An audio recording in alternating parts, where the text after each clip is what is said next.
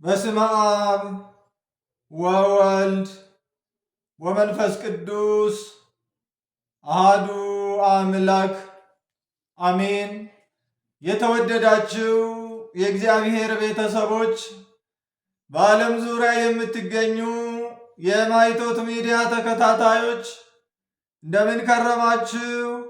እንደምን ሰነበታችሁ?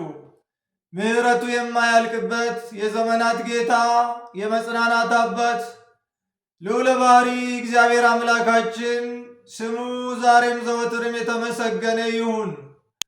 የእናቱ የእናታችን የቅድስተ ቅዱሳን የድንግል ማርያም የቅዱሳን ባለሟል አገልጋዮቹ ሁሉ ስማቸው በሁላችንም አንደበት የከበረ የተመሰገነ ይሁን።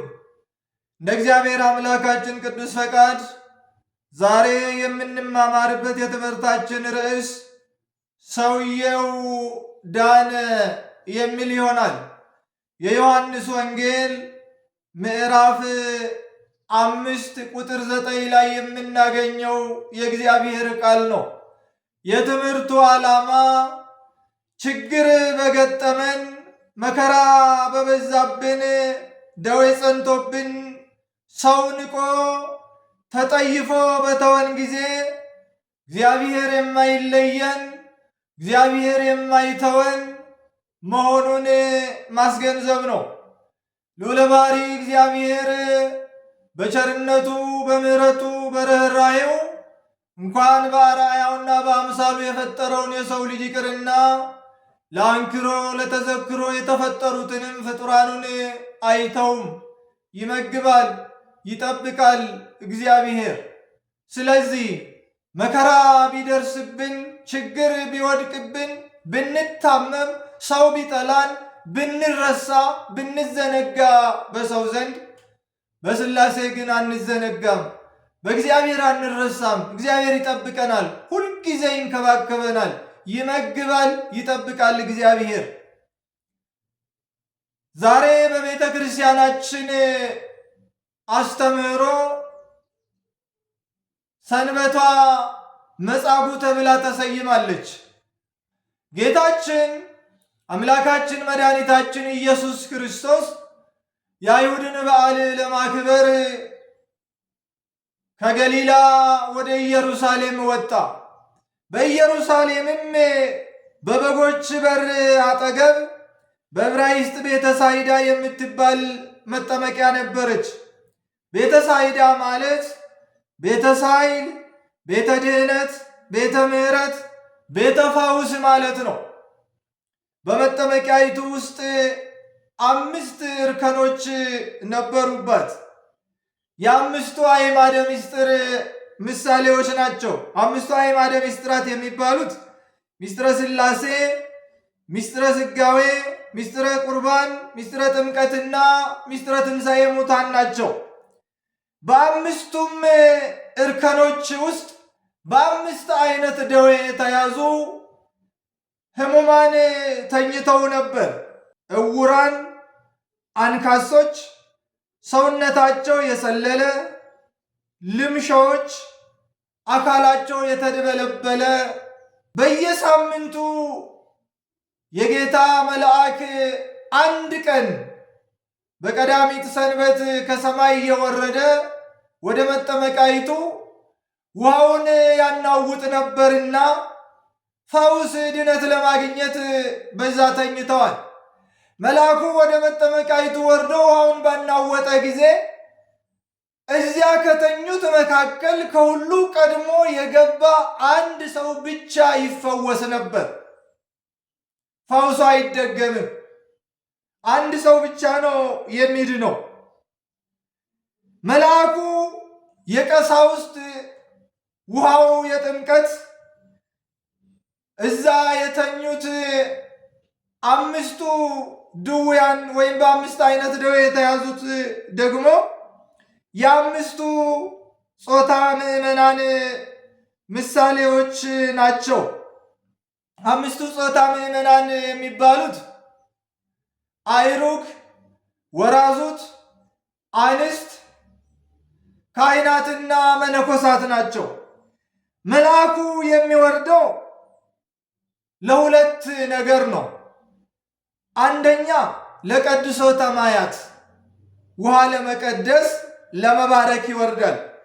ሁለተኛ ለአእርጎተ መስዋዕት ነው። መስዋዕትን የሚሰዋውን መስዋዕት የሚጸለየውን ጸሎት ወደ እግዚአብሔር ለማሳረግ ነው። ውሃውም የሚናወጠው ለሁለት ነገር ነው። አንደኛ መልአኩ ከሰማይ ወደ መጠመቂያይቱ መውረዱን ለማጠየቅ፣ ሁለተኛ ለፈውስ ነው። ውሃው በተናወጠ ጊዜ ሰዎች ገብቶ እንዲፈወሱ። እንግዲህ በዚህ ቦታ ከተኙት ሰዎች መካከል የሚድነው አንድ ሰው ብቻ ነው። አንድ ሰው ብቻ መዳኑ በብሉይ ፍጹም ድህነት አለመደረጉን አለመኖሩን ያጠይቃል።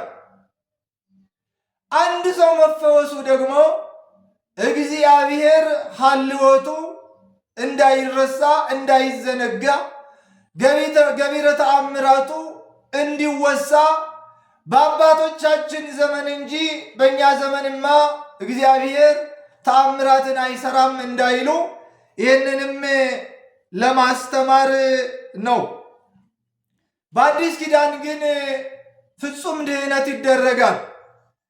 በጌታችን በአምላካችን በመድኃኒታችን በኢየሱስ ክርስቶስ ፍጹም ድህነት ስለተገኘ በአዲስ ኪዳን የሚድነው ቀድሞ የገባ ብቻ አይደለም፣ በመጣበት ጊዜ ሁሉ ይድናል። የፍጹም ድህነት የምህረት ዘመን ስለሆነ ቀድሞም የመጣ ኋላም የመጣ እኩል ድህነት ያገኛል። በ3 ሰዓትም የመጣ በ6 ሰዓትም የመጣ 9 ሰዓትም የመጣ 11 ሰዓትም የመጣ ፈውሱ ድነቱ ይደረግለታል። በመጠመቂያይቱ ውስጥ ከ38 ዓመት ጀምሮ የታመመ ደዌ የጸናበት አስታማሚ የሌለው ብቸኛ በዚያው በኩሬ መሃል ዳር የተረሳ ሰው ነበረ። መድኃኔ ዓለም ኢየሱስ ክርስቶስ ወደ መጠመቂያይቱ በመጣ ጊዜ ይህን ሰው አየው። በደዌ ዳኛ በአልጋ ቁራኛ ተይዞ ብዙ ዘመን በዚህ ተኝቶ እንደነበረ አውቆ አንድ ወሳኝ ጥያቄ ጠየቀው። ጥያቄው እንዲህ የሚል ነው፣ ልትድን ትወዳለህን? የሚል ጥያቄ ነው የጠየቀው። አሁን እንኳን አምላክ እንኳን ኢየሱስ ክርስቶስ ይቅርና የሰው ልጆች እኛ እንኳን ሰው ለመጠየቅ ስንሄድ በሽተኛን ልትድን ትወዳለህ ወይ ብለን አንጠይቅም። እግዚአብሔር ይማርህ ነው የምንለው። ድህነት እንደሚፈልግ ምሕረት እንደሚፈልግ እናውቃለን። ክርስቶስ ይህንን ሳያውቅ ቀርቶ አይደለም። ለሁለት ነገር ነው ይህን ሰው የጠየቀው። ለሁለት ነገር፣ አንደኛው ይህ ሰው ደዌ ጸንቶበት ብዙ ዘመን ስለታመመ አስታማሚ ስለሌለው ዘመድ ስለሌለው አስታዋሽ ስለሌለው በቀቢጸ ተስፋ ወድቆ ነበር። የመዳን ተስፋው ጠፍቷል። ከዚህ በኋላ ዕለተ ሞቱን ነው የሚጠባበቀው። ወገን የለው፣ አስታማሚ የለው፣ አስታዋይ የለው፣ ጠያቂ የለው፣ ተመልካች የለው። ደግሞ 38 ዓመት ሙሉ ነው የታመመው። ስለዚህ ፍጹም ተስፋ ቆርጦ ነበርና ተስፋውን ለማለምለም ነው። መዳን እንደሚችል ከፈለገ ድህነት እንደሚያገኝ እግዚአብሔር እንደማይዘገይ የዘገየ ቢመስልም እግዚአብሔር ሳይቆይ እንደሚደርስ የሚቀድመው እንደሌለ ለማጠየቅ ነው። ሁለተኛው ሰው በድህነቱ ውስጥ የራሱ ድርሻ የራሱ ሱታፌ እንዳለው ለማጠየቅ ነው። የምንድነው በሃይማኖት ብቻ አይደለም፣ ምግባር ያስፈልጋል። በምግባርም ብቻ አይደለም፣ ሃይማኖት ያስፈልጋል። ሃይማኖት ከምግባር ምግባር ከሃይማኖት ሲስማማ ነው የእግዚአብሔር ቸርነቱ ተደርጎልን ለመንግስቱ የምንበቃው። ስለዚህ እነዚህን ሁለት ነገሮችን ለማስተማር ይህንን ወሳኝ ጥያቄ ጠየቀው። ሰውየውም ብሶቱን ነገረው ለኢየሱስ ክርስቶስ። እንዴት ተስፋ እንደቆረጠ ነገረው። አንደኛ በደዌ ተይዞ ብዙ ዘመን እንደተኛ ብርድ፣ ፀሐይ ሲፈራረቅበት፣ ዋይ ውርጭ ሲፈራረቅበት እንደነበረ ምንም ተስፋ እንደሌለው አሁን አስታማሚ ጠያቂ እንዳልነበረው በዚህም ተስፋ መቁረጡን ለኢየሱስ ክርስቶስ ነገረው። እንዲህ ነበር የሚለው፣ ውሃ በተናወጠ ጊዜ ወደ መጠመቂያይቱ ውስጥ የሚጨምረኝ ሰው የለኝም። ስለዚህ ሌሎች ቀድሞኝ ይወርዳሉ፣ እኔ እዚሁ ተኝቼ ብዙ ሰው እየዳነ ይሄዳል። እኔ ግን ለብዙ ዘመናት እዚህ ተኝቼ በበሽታ በሕመም በብቸኝነትም እየተሰቃየው የሌሎቹን ድነት አያለው ብሎ ነገረው። የተወደዳችሁ የእግዚአብሔር ቤተሰቦች ይህ ነገር እኛንም ይመለከተናል። ብዙዎቻችን ለሰው ብንነግረው መፍትሄ ያላገኘንለት የነገርናቸው ከንፈራቸውን የመጠጡልን ምናልባትም ደግሞ ዞር ብሎ ያፌዙብን ያሙን ብዙ ችግር ያለብን ብዙ መከራ ያለብን ብዙ ሕማም ብዙ ደዌ ብዙ ሸክም ያለብን እንኖራለን። በበሽታ የተያዘ አለ፣ ለሰው የማይነገር ሕመም ደዌ ያለበት በውስጥ በልቡና ውስጥ ባለው ሐሳብ የተጨነቀ አለ። ትዳር ሸክም የሆነበት አለ። ስራ ማጣት ሸክም የሆነበት አለ። ሰላም ማጣት ሸክም የሆነበት አለ። የቤተሰብ ፍቅር ማጣት ሸክም የሆነበት አለ። ብዙዎቻችን ለብዙ ዘመናት በልዩ ልዩ ደዌያት ተይዘን ተኝተናል። ጌታችን ይመጣል። ኢየሱስ ክርስቶስ ይመጣል። ልትድን ትወዳለህ ወይ ይላል። ለመዳን ፈቃደኛ የሆነ ማን ነው?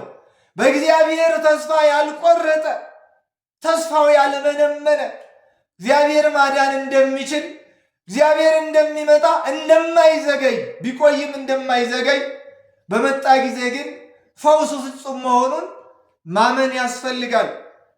የተወደዳችሁ የእግዚአብሔር አገልጋዮች፣ ካህናት፣ ሰባኪያን በመቅደሱ የምታገለግሉ ዛሬም እኮ እንደዚህ እንደ ሰውየው ደዌ ጸንቶበት በደዌው ስሙ የተሰየመ መጻጉዕ ተብሎ መጻጉዕ ማለት ድውይ ሕሙም ማለት ነው።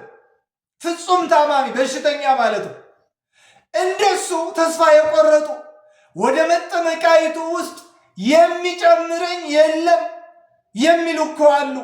ሰው የሚፈልጉ ሰው የለኝም፣ ሰው አጣው፣ ወዳጅ ዘመድ አዛኝ ሚራራልኝ የለም፣ ርቦኛ ጉራሽ የለኝም፣ በርዶኛ አልባሽ የለኝም፣ ታምሜ ጠያቂ የለኝም፣ ታስሬ ዋስሮ የሚያስፈታኝ የለኝም፣ ቸግሮኝ ችግሬን የሚጋራኝ፣ አዝኜ ሐዘኔን ከሐዘን የሚያረጋጋኝ የለኝም የሚሉ አሉ። ወደ መጠመቂያይቱ ወደ ቤተ ክርስቲያን የሚያመጣቸው በአፋ ያሉ በኃጢአት አልጋ የተኙ የኃጢአት ደዌ የተጫናቸው ተስፋ ያስቆረጣቸው ወደ ንስሐ የሚጠራቸውን መምህር ይፈልጋሉ። በሰው ዘንድ ሁሉ የተጠሉ ነውረኛ ሥራ ሰርተዋል ተብሎ የተናቁ በፍቅር የሚያያቸው አጽናኝ ይፈልጋሉ፣ ወዳጅ ይፈልጋሉ። በብዙ ሰዎች የተጠሉ ፈላጊ ወዳጅ የማይንቅ የማይጠላ የማይወቅስ የማያንቋሽሽ በፍቅር ዓይን የሚያያቸው ይፈልጋሉ። ስለዚህ ካህናት አባቶቻችን፣ ወንድሞቼ ሰባኪያነ ወንጌል፣ አገልጋዮች ሁሉ እንደዚህ በቀቢጸ ተስፋ ለወደቁ ሰው ላጡ እንደ ኢየሱስ ክርስቶስ እንደ መምህራችን እንደ አምላካችን እንደ ሊቀ ካህናቱ እንደ መድኃኔ ዓለም ኢየሱስ ክርስቶስ ቀርበን ከዚህ ካለበት መከራ ከዚህ ካለበት ችግር መውጣት ትፈልጋለህ ወይ? ከፈለግክ መንገዱ ጌታችን አምላካችን መድኃኒታችን ኢየሱስ ክርስቶስ ነው። ድንግል ማርያም በአማላጅነት፣ ጻድቃን ሰማዕታት፣ ቅዱሳን በተራድኦነት አሉ። እግዚአብሔር በፈዋሽነት በይቅርባይነት በአዳኝነት አለ። መንገዱን አሳይሃለሁ፣ ና ተነስ፣ በጌታ በኢየሱስ ክርስቶስ ተነስተ ተመላለስ ማለት ያስፈልጋል። ጌታችን ወደዚህ ሰው ቀርቦ ብሶቱን ካዳመጠው በኋላ ችግሩን ከሰማው በኋላ እንዲህ ነው ያለው። መምህራን፣ ካህናት፣ ወንጌላውያን ሰውን አዳምጡት። ኃጢአተኛውን ኃጢአቱን መናዘዝ ሲፈልግ ካህኑ አባቴ አዳምጠው፣ ስማው፣ በጥሞና ስማው፣ ሸክሙን ያራቅ። አገልጋዩ ወንድሜ አዳምጥ ብሶቱን፣ ብሶተኛውን ችግሩን ስማው። ከሰማ በኋላ ሳትታዘበው፣ ሳትዘባበትበት፣ ሳትጸየፈው፣ ሳትጠላው መንገዱን አሳየው። ምራው፣ ከችግር መንገድ መውጫውን አሳየው። መድኃኔ ዓለም ኢየሱስ ክርስቶስ እንዲህ አለው። ከሰማው ካዳመጠው በኋላ ተነሳ፣ አልጋህን ተሸክመ ሂድ አለው። ይህን የተኛህበትን አልጋ ተሸክመ ሂድ። ሰውየውም ተነሳ፣ ዳነ፣ አልጋውንም ተሸክሞ ሄደ። እንዲህ ነው የእኛ ጌታ፣ እንዲህ ነው የእኛ አምላክ። መድኃኒት የማይቀምም መርፌ የማይወጋ ጠበል ተጠመቅ እንኳን የማይል በቃሉ ብቻ የሚፈውስ በትእዛዝ የሚያድን ተነሳ አልጋህን ተሸክመ ሂድ ይላል። የተቸገራችሁ፣ በመከራ ያላችሁ፣ በደዌ ያላችሁ፣ በችግር ያላችሁ ክርስቶስ በመጣ ጊዜ ተነሳና አልጋህን ተሸክመ ሂድ ይላል። መድኃኒት አይቀምምም፣ ቅጠል አይበጥስም፣ ስራ አይምስም፣ መርፌ አይወጋም። ቃሉ መድኃኒት ነው፣ ያዛል። ሕያው ሆኖ እንዲኖር ለሚፈልገው ተነሳ ተመላለስ ይላል። ሰውየው ዳነ። አልጋውን ግን ትቶ እንዲሄድ አልፈለገም። ተሸክመ ሂዳል። ስለ ሁለት ነገር ነው። አንደኛ መምህር ኤስድሮስ እንደተረጎመው አልጋው የብረት ነው፣ የደዌውን ጽናት ያጠይቃል። ሁለተኛ አልጋውን ተሸክሞ እንዲሄድ መደረጉ በችግር በመከራ ጊዜ የረዳን፣ ያገዘን፣ ያራቀን፣ ያልተወን በተፈወሱ ጊዜ በሞላለት ጊዜ ሰው እንዳይዘነጋ ውለታ አሳቢነትን ያስተምራል። ውለታ ቢሶች እንዳንሆን ታሞ የተነሳ እግዚአብሔርን ረሳ የተባለው እንዳይፈጸምብን ነው። ውለታ እንዳንዘነጋ ነው። ይህን ለማስተማር አልጋህን ተሸክመ ሂድ አለው። የተወደዳችሁ የእግዚአብሔር ቤተሰቦች በችግር በመከራ በወደቅን ጊዜ የቻለን፣ ታመን የፈወሰን፣ ርቦን የመገበን፣ አዝነን ያጽናናን፣ ሁሌ የማይተው የማይረሳ፣ ወረት የማያውቅ፣ በየዕለቱ በየደቂቃው በየሰዓቱ የማይለየን፣ የቻለን የተሸከመን እግዚአብሔር ነው። ታመን የተኛ ነው በእርሱ ክንድ ላይ ነው። ወድቀን የተደገፍነው የእርሱን ክንድ ነው። ስለዚህ በሆነልን ጊዜ፣ በተመቸን ጊዜ፣ በጠገብን ጊዜ፣ በተፈወስን ጊዜ፣ በተደሰትን ጊዜ በመከራችን የረዳን፣ በረሃባችን የመገበን፣ በድካማችን ያበረታን እግዚአብሔርን እንዳንዘነጋው ማሰብ ያስፈልጋል። መጻጉዕን የፈወሰ ጌታችን አምላካችን መድኃኒታችን ኢየሱስ ክርስቶስ ስንታመም ፈውሳችን፣ ስንደክም ብርታታችን፣ ስንራብ ምግባችን፣ ስናዝንም መጽናኛችን፣ ስንጠፋ ፈላጊያችን፣ ስንበድል ይቅር የሚለን፣ በኃጢአት ወድቀን ስንቆሽሽ በንስሐ አጥቦ የሚቀበለን፣ በቸርነቱ ርስቱን መንግሥተ ሰማያትን የሚያወርሰን አምላካችን ነው። አልጋህን ተሸክመ ሂድ እንዲለን፣ ድህነት እንዲሰጠን፣ በሕግ በአምልኮ ወደ እርሱ ቀርበን ሥጋውን በልተን ደሙን ጠጥተን የመንግሥቱ ወራሾች እንድንሆን የአምላካችን ፈቃድ ይሁንልን። ይቆየን።